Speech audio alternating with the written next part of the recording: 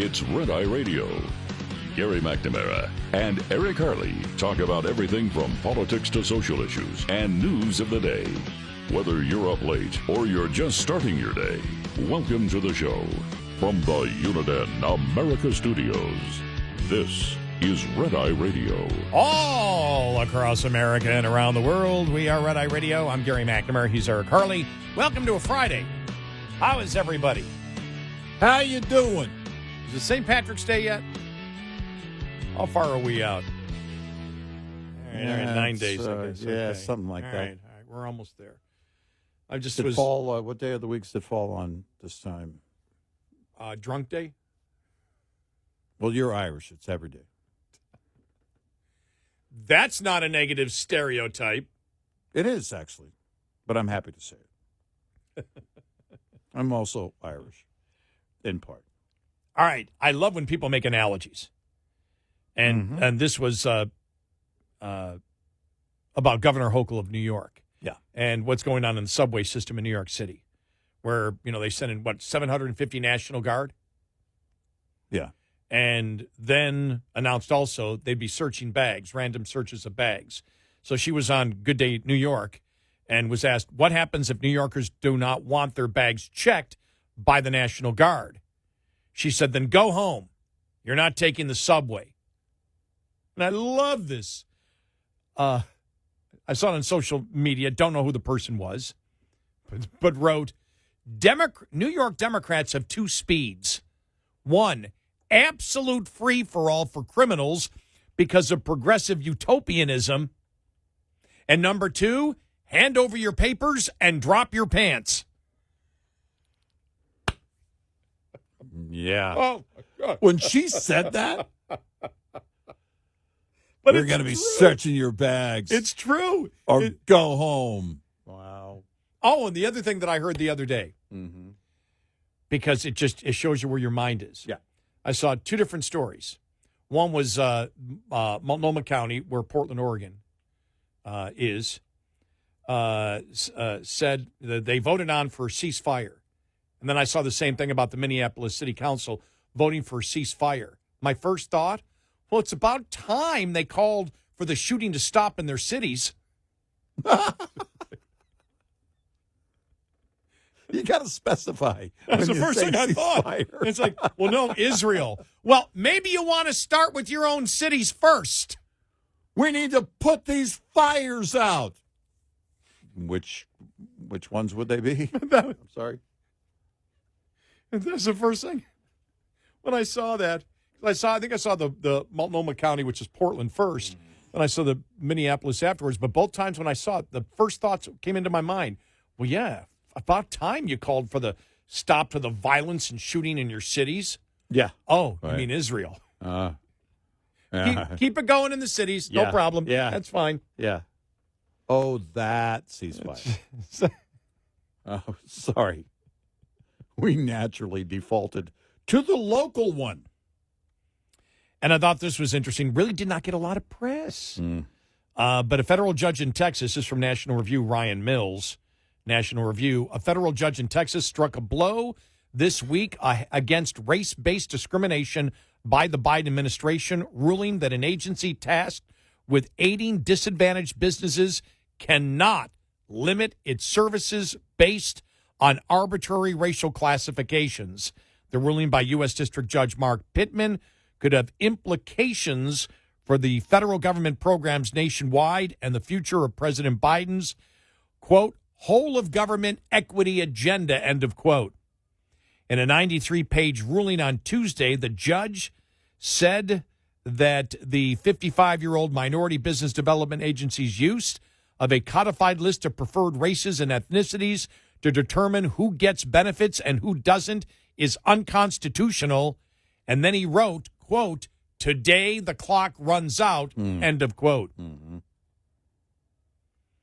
The ruling by Pittman, who was appointed by Trump, is the latest setback for proponents of using identity-based discrimination to correct past discrimination against historically marginalized groups. It comes on the heels of last year's Supreme Court ruling in the Students for Fair Admissions cases, which held that it is unconstitutional for colleges and universities to consider a prospective student's race in their admissions processes.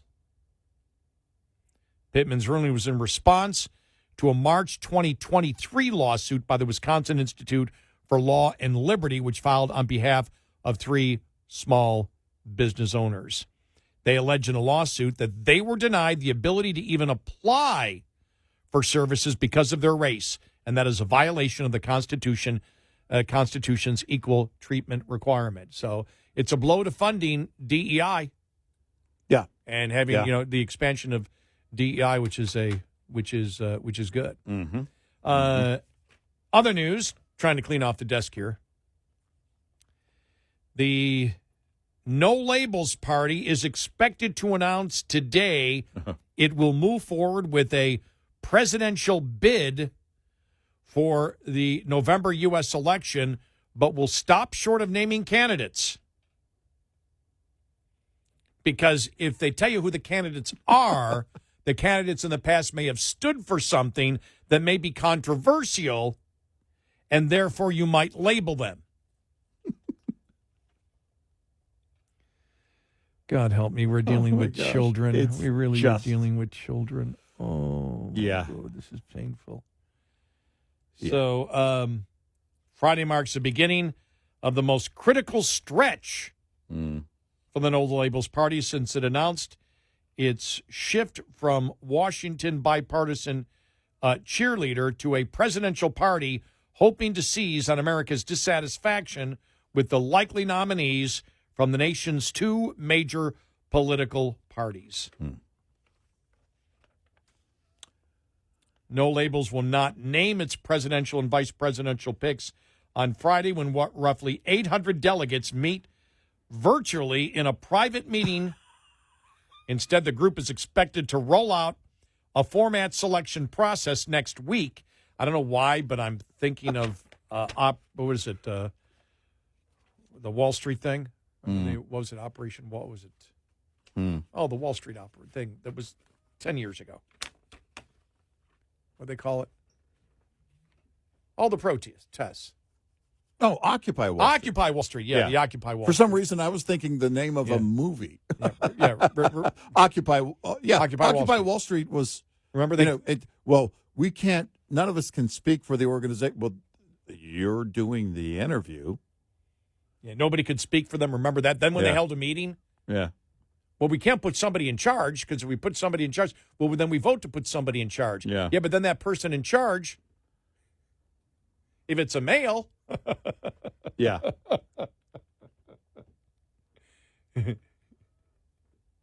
It's just they run into they're bound by their own walls and limitations. You know what I mean? They build their own rules and then realize, oh wait, we can't move because of our own rules. Right. And that's what the No Labels Party is doing, of course. Instead, the group is expected to roll out a formal selection process next week for potential candidates who would be selected in the coming weeks, the sources said. Yeah. Are we any closer to anyone? Now, look, I don't believe, we've always talked about Liz Cheney. She's not a centrist. No, she's not. You can't view, they may say she is.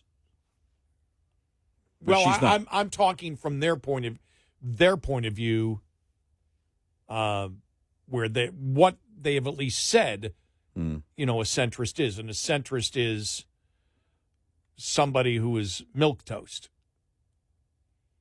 Liz Cheney does have strong conservative opinions. Due process is not one of them.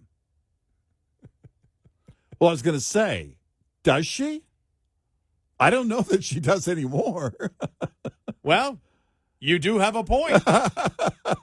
We haven't asked her since she's abandoned. That's a great point. We have not asked her where she stands since she abandoned due process in the January 6th committee. Right. I don't know. I don't know if she does. Yeah. That's I can't trust that she does. No, you can make that. If I made that point against Biden, look, you can't trust Biden on Ukraine because he's shown that he will lie over and over again.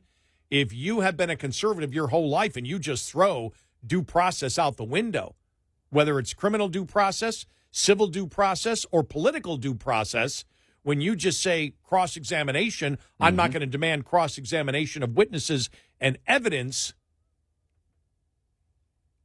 then if you give that up and claim you're a conservative, what else? You've got to question, what else? I need to know where you stand now after you made that decision. Yeah. It's a good point. Yeah. So I don't know. It could be that they choose someone like her. I don't know where else you go. I mean, seriously. Oh, it looks here. They're looking right now because he was at the State of the Union address last night. George Santos. You know it's going to be Santos. You know it's going to be. Please be Santos, by the way. Please. Santos, who would be the Democrat? I'm trying to think because anybody that they've talked about really doesn't want to run. Anybody, remember Manchin came up and it's like. Well, but Manchin's one of those you can convince in the moment, Hey, Manchin, Santos wants you to be the Veep on the ticket. Okay. Santos. Right? Okay. Well, okay. I don't think Santos would be the presidential candidate and Manchin the vice president. It might be reversed. No, I don't know. Not if Santos has his way. And quite frankly, he could convince Joe. Joe Manchin is so soft. I mean, it's like clay. Joe, seriously, you would make the best vice president ever. You think so? Yeah, you would. Oh, okay. They pull up names from like 20 years ago. Yeah. All right, we have it. Joe Lieberman and John Kasich. Perfect. No, perfect. Wait, because Lieberman's one of the directors of No Labels. Right. No, that's actually, seriously, if you're going to talk about people with experience in running unsuccessful campaigns. Since everybody else is old, we're picking Joe Lieberman for the president. Right. Since both other parties. Well, age clearly isn't an issue with the American people, so. Hey, that is a great point. I mean, think about this when Obama ran. Finally, we have somebody who was young because they viewed George W. Bush as ancient. Yeah. Remember that? Yeah. It's time we had youth. We need youth. Don't vote for McCain. He's old. Yeah. No, it's like nobody cares about the age anymore. Well, I was thinking about that. I mean, I never cared about the age to begin with. That's never been something that I've cared about. I care about ideology. But as we know, you and I went through the Democratic primary of 2008 and spent the one nights asking only for Democrats to call. And it was one of the most bizarre nights I've ever had in talk radio because nobody could give a specific reason on the issues except one person who said, I'd vote for Obama instead of Clinton because Obama will keep us out of all wars. Right. That was and that was it. Besides that, every call was, we need a woman, we need a black, we need a woman, we need a black, we need a woman, we need a black. We were amazed at the identity politics of that all back then. Yeah. Remember the whole thing in 96, Bob Dole. Yeah, oh yeah. Way too old. Way too old. He was 72 then. Yeah. Oh, then that was, back then, before, Biden broke through the age ceiling. Well, it was too old. You saw that. And by comparison to Bill Clinton. Well, that's okay because you saw that dynamic figure last night. No, I didn't. Oh. I'm like, that can't be the guy. This guy is young and vibrant. I mentioned to you yesterday off the air. I'm getting sick and tired of, because you hear this, how did the American people ever get here? The American people don't want either candidate. As if that's something that's been unique. It's always been the case. And I went back, I started looking, I go, no. When it was Clinton and George W. Bush, I wasn't happy, or not George Herbert Walker Bush, I wasn't happy with either. The whole none of the above thing has been around forever. When I go back to Clinton and Dole, no, not that either. What about W and Gore? No, not about that either. Yeah. No. McCain and Obama? No, I wasn't happy with that one either. No. And it's like, well, wait a minute. I've almost been permanently in that classification, not liking either candidate, but forced to vote for one. Yeah. But that's always the case. And again, the populist line, none of the above. That's been there for a long, long time. I mean, look, theoretically, technically, I believe I'm the best person, except for the fact that, A, I don't want to do it, and B, I've never held public office, and 3, I really don't want to do it. I mean, if you think about it, everybody thinks they would be best. Their ideas implemented would be best, right? And that's kind of the thing. So anybody on that ballot is going to be at least second choice. Remember Rick Perry when he was asked? He was asked after he dropped out. What year was that when he dropped out? Was that 2016? I can't hear. So he drops out. Yeah, it was 2016. Yeah. Says, so who's your first choice? He goes, well, I am. The media. Well, who's your first choice? Well, clearly I am. It's why I ran. But now, of course, his endorsement went another direction. Yeah. 86690 Red Eye. This morning's USDA Farm Report is brought to you by House Products. Tested, trusted, guaranteed since 1920. We will do everything we can to support farmers, ranchers, and impacted communities on the long road to recovery. Those words from Agriculture Secretary Tom Vilsack in reaction to the devastating wildfires that have burned at least 1.3 million acres in the Texas Panhandle and western Oklahoma, destroying homes, farms, pastures, and livestock. Vilsack has directed the USDA to help in the recovery efforts. USDA already has 200 people on the ground helping with fire suppression and has people from USDA's Farm Service Agency and Natural Resources Conservation Service holding informational sessions outlining for producers the many programs that are available in the disaster situation such as this. Everything from emergency loans to programs to help producers who have dead animals to dispose of. Secretary Vilsack said full recovery from this disaster will likely take many months, and USDA will be there for however long it takes. Gary Crawford for the U.S. Department of Agriculture. This report brought to you by Cenex Fuels and Lubes. Coming up, more with Gary McNamara and Eric Harley. It's Red Eye Radio.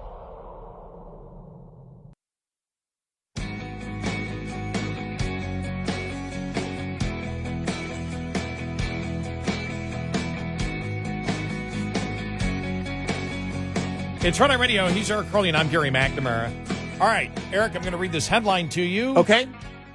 And you can tell me your observation of the headline. Okay. Riley Gaines reacts to feud with Keith Olbermann. Quote, he still lives with his mom in her basement, end of quote. And my response is, thank you for listening, Riley. We said this. We've been having fun with this for a while. Oh, Years when he what did he call it? He was the resistance. The resistance. Mom. Oh, all right. So that had to be 2016 then. Because the resistance was to Trump. Yeah, at some point it was. I think it carried through probably most of his. Not that we paid close attention to Keith Olbermann. No, but he started in 2016 at the beginning. Right. Yeah. Then he was the resistance. The resistance. And it looked like he was doing it from his basement. He said, what is he doing, from his mother's basement? So I saw that. As soon as I saw that headline, when I came in our pre-show meeting, I went, Eric, she listened to you.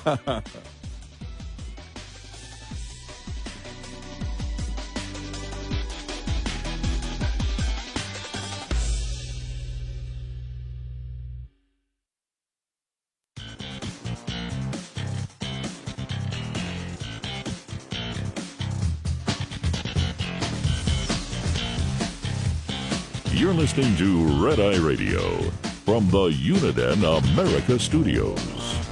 And he is Eric Harley, and I'm Gary McNamara. Good morning. Welcome to a Friday show. All right, I want to play this audio cut. We had teased it earlier, and we'll probably get into it more over the, I'm sure over the next 8 months or so. Yeah. But the U.S. Department of Defense yesterday, they even they wrote about it, that you had Army General Michael Kurilla, commander of CENTCOM, testify yesterday before the Senate Armed Services Committee about the fiscal year 2025 defense authorization. Now, this I only saw this. I really didn't see this in any news at all. It came up, Tom Cotton. I follow him, Senator Cotton, so it came up in his site, but I didn't see the story anywhere. No. Because when you think about it, this is something the Republicans should be pounding on. I mean, absolutely pounding on.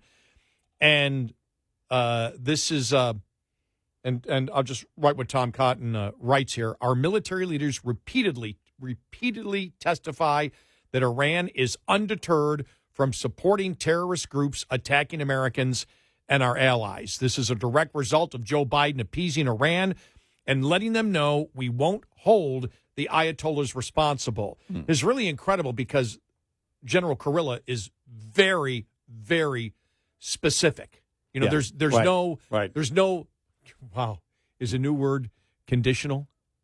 Or what is it? What is it? Not conditional. Must be put into context.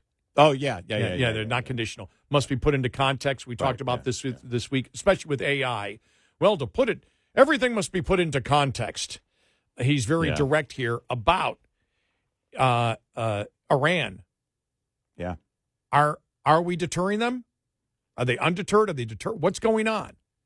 And when you actually hear this is some of the stuff when you hear it from the military that can frighten you because it shows you that the political arm of the United States is telling the military arm not to do what they should be doing. Right. Here we go. General Kurilla, last year at the same hearing, you said that Iran was undeterred.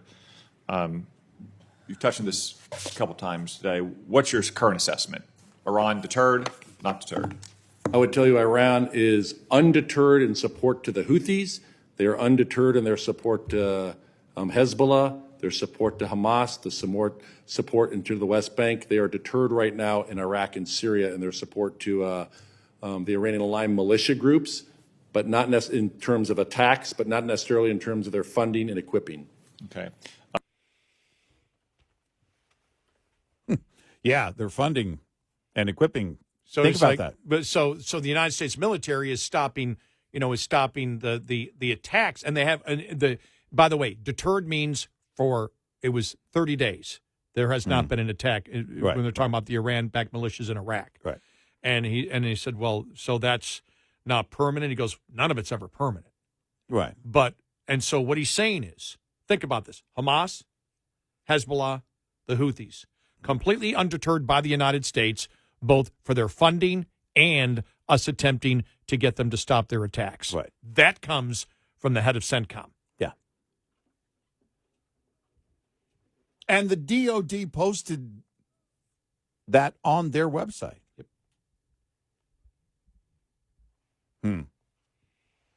Wow. Interesting how that's not making more noise. Nope. That's the kind of stuff Republicans should be jumping on. Oh, yeah. Because Cotton did, this is yesterday. Yeah. He put it on Twitter. Right. Well, Republicans ought to be blasting this. Oh, yeah. No, this should be a massive red alert right here. And he points out not on equipping and funding.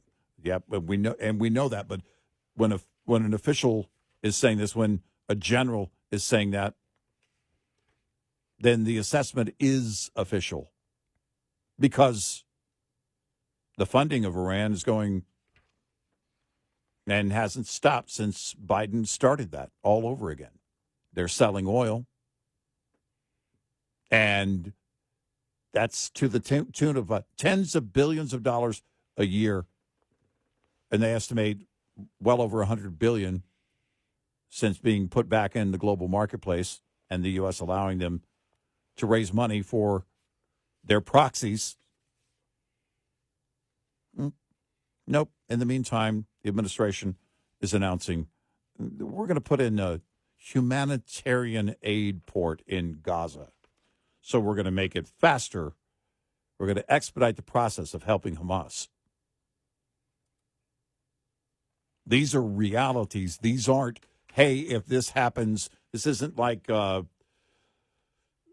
Romney. Climate change. Remember Romney in the 2008 or 2012 debates and pointing out, okay, here are the problems. And it turned out he was right.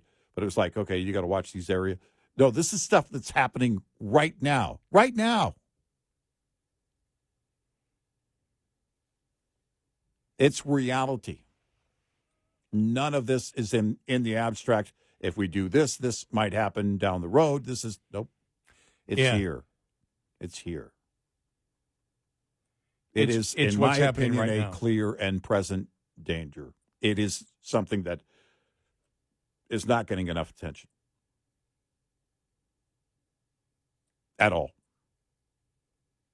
The radical move by this administration, by this president on the port in Gaza, a slap in the face to Israel, our strongest ally in the Middle East. I mean, it's just insane. Using Hamas's numbers, as you point out, using Hamas's numbers, Hamas controls everything in Gaza. Well, when you have the United States president using Hamas's number that have not been able to been verified, you've got Western groups saying we don't believe it. That's coming straight, and Biden is using Hamas's numbers to help send aid to Hamas to fight against our ally, and the United States. Because if you help them there, and the enabling here. And I don't know why, we talk about the enabling because of the Trump funds. I don't know why Americans aren't more angry about it. The only thing that might get Americans angry is if, we already had U.S. soldiers killed. Yeah. Because of it. Right. And America doesn't seem to mind it. It isn't something that clicks. You can sit there and Biden's out there going, and Snickers bars are smaller, so you get less Snickers in the State of the Union address. And it's like, oh, wow, he's talking about shrinkflation here, and that's the corporate greed, and, that has nothing to do with inflation. Who was it that I saw yesterday? It was, George W. Bush's chief of staff. That's who said it yesterday. I just can't think of his name here at the moment. Just, Fleischer? No. He wasn't chief of staff. He was no, but I was thinking spokesperson. The spokesperson. But wasn't he out yesterday too? I saw him say something yesterday. Made a comment on it. I didn't see the entire comment. I missed it as I was walking into the room. Let me see. Is it Card? Andrew Card was out there talking, and he goes, inflation is down even though shrinkflation is up. Right. I'm like, what an idiot. Yeah. I'm sorry. That's an idiotic statement to make. Mm-hmm. And he said that yesterday. I'm like, oh, my God. Jeez. Yeah. They're the same. Well, it's like that's right out of the Biden playbook. I know. It is because that's the next logical step. Well, it's all about corporate greed. And look, we're going to track. We've got a graph. They just make it up. The line goes straight up. It's like, come on. No, but when you buy into it, oh, yeah, shrinkflation. Yeah, okay, all right. And your time has passed. And there seems to, again, not that inflation is important, but you hear stupid statements like that, and it's like, what about national security? Why isn't the American public absolutely infuriated about the fact that Biden has enabled Iran to attack and kill American soldiers through the proxies, and we have financed it, and clearly we financed it. And they do the dances about, some of the money that was unfrozen. Well, it's not fungible. Of course it is. Why aren't Americans furious about that? And the same, and you hear the general said it, undeterred. Yeah. Hamas? Yeah. What do you mean? Hamas is undeterred by the United States or anybody else. They have free reign. They're getting money, and they're using it to attack Israel. And the other proxies are using it undeterred, Hezbollah and the Houthis, to attack American interest and kill American and injure American soldiers. And the American public isn't up in arms. Oh, just another day. Oh, but I got less Snickers in my Snickers bar. Yep. Let me go on with my day. Yep. But God help us. No, seriously. I've been saying we're doomed for a long, long time. And now it's quite the understatement. And there was an article yesterday. This was Business Insider a couple of days ago, I think. Yeah, 2 days ago. If Trump is reelected, Americans are planning to flee in droves. And they talked to people who are planning to leave. Yeah. And they're not like Hollywood people. This is my favorite one because it reminded me of. By the way, Biden mentioned something like that because he brought up January 6th, saying you don't stop loving your country when you lose. Ah. And when I heard that the first time when I was watching it live, I thought, wait a minute. Are you talking to the people involved in January 6th, or are you talking to liberals who keep promising to leave if Trump is elected? You know, when he did that yesterday, when he brought up January 6th, that was after Ukraine that took a long time to get through. And my first point was, not that Ukraine's important and what happens there is important and how we deter Russia is important. They all are. Yeah. But that's not what the American public is concerned about. So the next thing that he put in was January 6th, saying, okay, because we have talked about the fact of the imagery. Yeah. And forget about inside, what happened inside, the outside photos of people climbing on the walls of the Capitol. Yeah. Right. You can't. When that happened, we said, don't try to debate that. You lose. Yeah.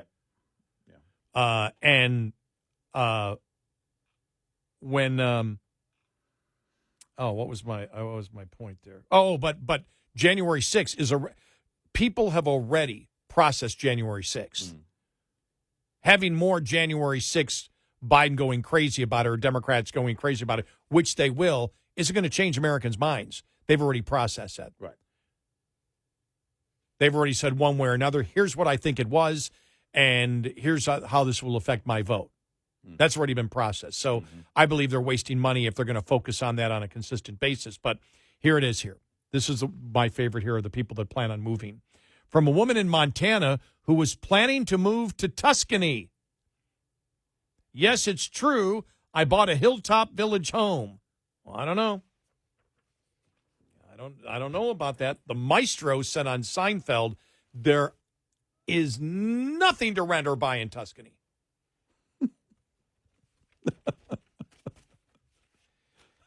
I'm going to answer that way because of all the idiocy that we're dealing with. Why don't I be an idiot for a moment and throw out something dumb? Yeah. I can do it, too. Right. Why not? 866-90-RED-EYE. Lines open for your calls. 866-90-RED-EYE on Red Eye Radio.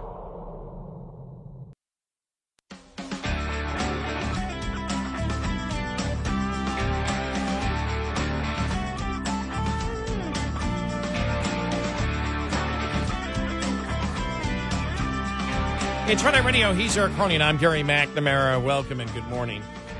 I'm still, in my mind, it's still, I still wonder the No Labels Party. I mean, who will they pick? I mean, what are the 5 candidates they're looking at? Maybe Andy Card.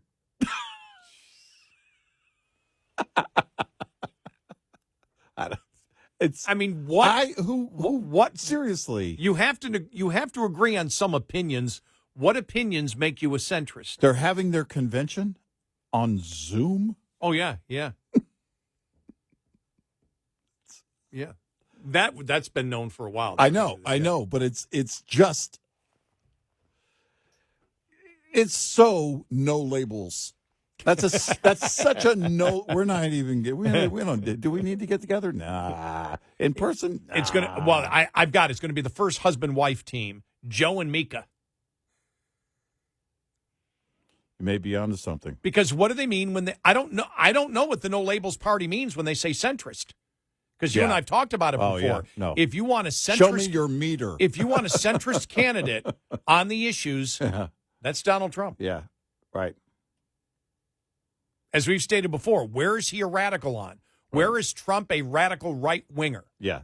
Show me, No Labels, your definition of centrist. We don't know what it is yet. We'll only know when they pick a candidate. Okay. I would say I can't wait to find out, but yeah, I can wait. It's whatever it's going to be is going to be probably what you should expect from No Labels. It's not going to be any surprises, you know? I guess we'll see.